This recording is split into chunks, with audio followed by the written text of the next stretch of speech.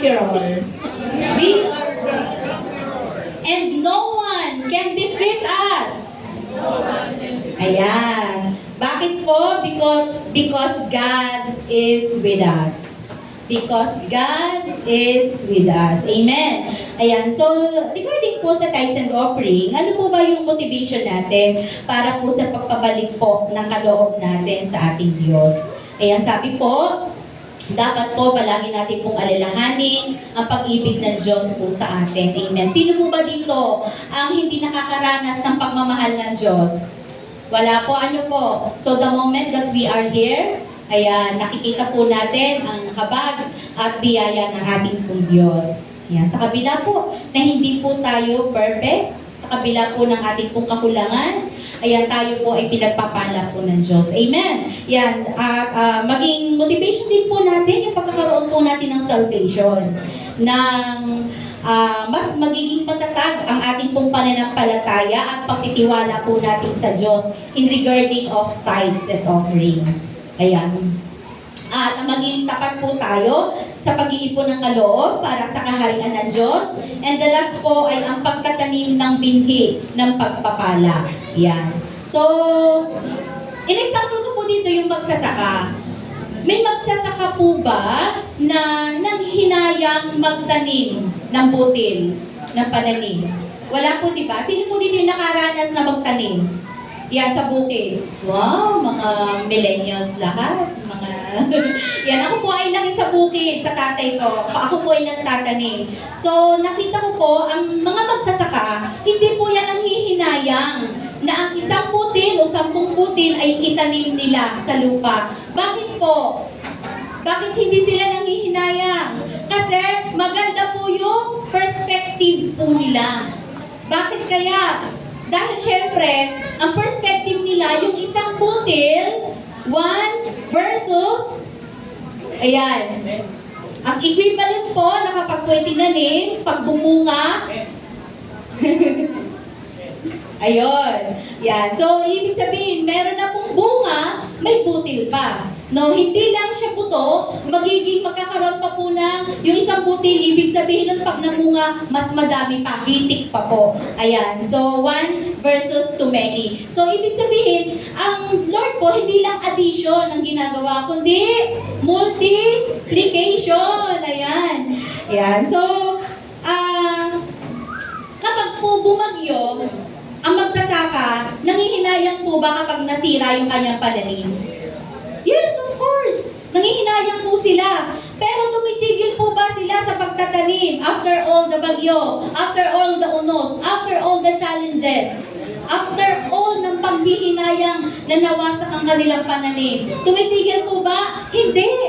Ayan. Kasi maganda nga po ang perspective nila. Ayan, at naka-align po iyon sa kanilang magandang layunin na hindi lang kami basta titigil. Dahil alam nila na kapag tumigil sila, wala silang aanihin. Ayan. So, kagaya po natin, ano po, tayo po ng mga Kristiyano, ng mga anak po ng Diyos, in spite of challenges sa ating pong buhay, in spite na, minsan siguro magtataka kayo, Lord, nag-iinga po naman ako, pero bakit ganito pa rin po ang buhay namin? May nakapagtatanong po ba ng gano'n? Ayan. Sabi nga po, huwag tayong mainip. Ayan, sabi nga po, meron pong yes, no, and wait sa Lord. Kaya, maghintay ka lang kapatid. Makikita nyo rin ang magandang bunga ng pagsunod po natin sa ating pong Diyos. Ayan, at ang Diyos po natin ay hindi po madamot. Ayan, lagi pong nagpapala po ang ating Panginoon. So, kung magyuman po o hindi, lagi po tayo naka-stand and kasama po natin ang Diyos. Amen! Ayan.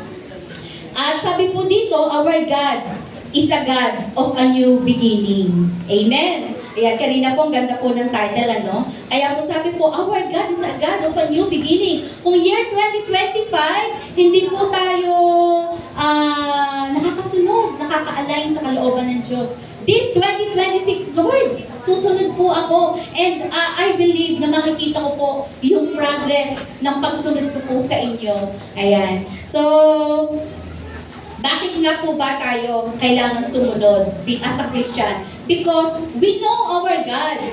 Hindi ka kasi makakasunod kung hindi mo kilala ang Diyos. Na pinagtitiwalaan na ating pinagtitiwalaan. Ayan. Sino po dito nakakakilala sa ating Diyos? Yan. Taas po ang kamay. Kaway-kaway. So I believe po lahat kilala po natin ang Diyos na ating pinagtitiwalaan, ang Diyos natin na mayaman, ang Diyos na sa atin ay nagpapala at nagbibigay ng sagana, siksik, liglig, at umaapaw. Ayan. So sa ating po mga kapatid na wala pa pong blue envelope at gusto makibahagi po, ayan, sa paglabo ng gawain po ng Jesus is Lord Church, pa-assist na lang po tayo sa likod po kila Sister Ellie, kila Sister Elena, Ate Loreline, ayan. Sa ating pong mga first-timers, sa ating pong mga bagong attendees, ayan. So, salamat po sa Lord, amen. Tayo po ay manalangin, ipanalangin po natin ang lahat po ng ating kaloob ng bukal sa ating puso, ng malaya sa ating bulsa, malaya sa ating puso at isipan, amen. Hallelujah. Yes, O God, aming Diyos, amang makapangyarihan sa lahat. Salamat po, O Diyos, dahil Ikaw ang Diyos na aming nakilala, ang Diyos na mayaman, ang Diyos na mapagpatawad, ang Diyos na nagpapala sa kabila po ng aming pong mga kakulangan, sa kabila ng aming mga kasalanan. Panginoon, salamat po dahil lagi ka po natapat na umiibig po sa bawat isa sa amin. O God, salamat po sa mga kaloob na meron po kami ngayon. We believe, Lord God, at tanggapin ko po ang kaloob namin ito na bukal sa aming puso, sa aming isipan, Panginoon, at ganoon din po, maging align din po ang maging sa pagtanggap ninyo po sa pakaloob namin ito, ay ganoon din po na tinatanggap nyo rin po ng buong puso ang aming pong pagkatao, Panginoon. Salamat po, O Diyos, at kung kami man po ay naliligaw po, Panginoon, ng focus on how we give tithes and offering, i-align mo po ang aming pong puso, ang aming isipan, O God, upang, Lord God, kaluguran mo po ang lahat ng aming pagkakaloob po sa inyo, O Diyos. At nawa po, Panginoon, bless all our finance team, O God, at ito pong aming pong kaloob na ito ay mapunta sa tamang kalalagyan, Panginoon. At ilayo mo po sila sa anumang uri, Lord God, ng test of challenge, O God, upang Lord, mai-align din po nila, O God, ang lahat po ng kaloob na ito ay mai-divide po nila at align po kung saan po ang nararapat na pagkalagyan. Salamat po, Panginoon, sa aking po mga kapatid na narinig po ngayon, O Lord, na buong puso po pagkakaloob, pagkalain po sila, higit pa sa kanila pong inaasahan, siksik, liglig at umaapaw.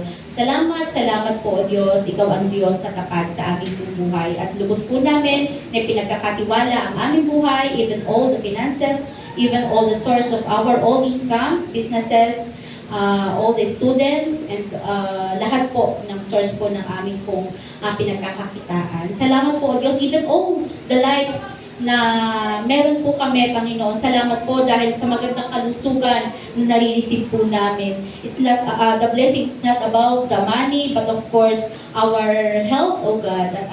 Na sapat na po, Panginoon, na lagi naming alalahanin na Ikaw ang Diyos na nagpo-provide ng lahat ng mga bagay na meron po kami. Salamat po, Panginoon, sa iyo po namin pinagkakatiwala ang lahat. In Jesus' mighty name, Amen. Amen. Ayan, sige po sa oras na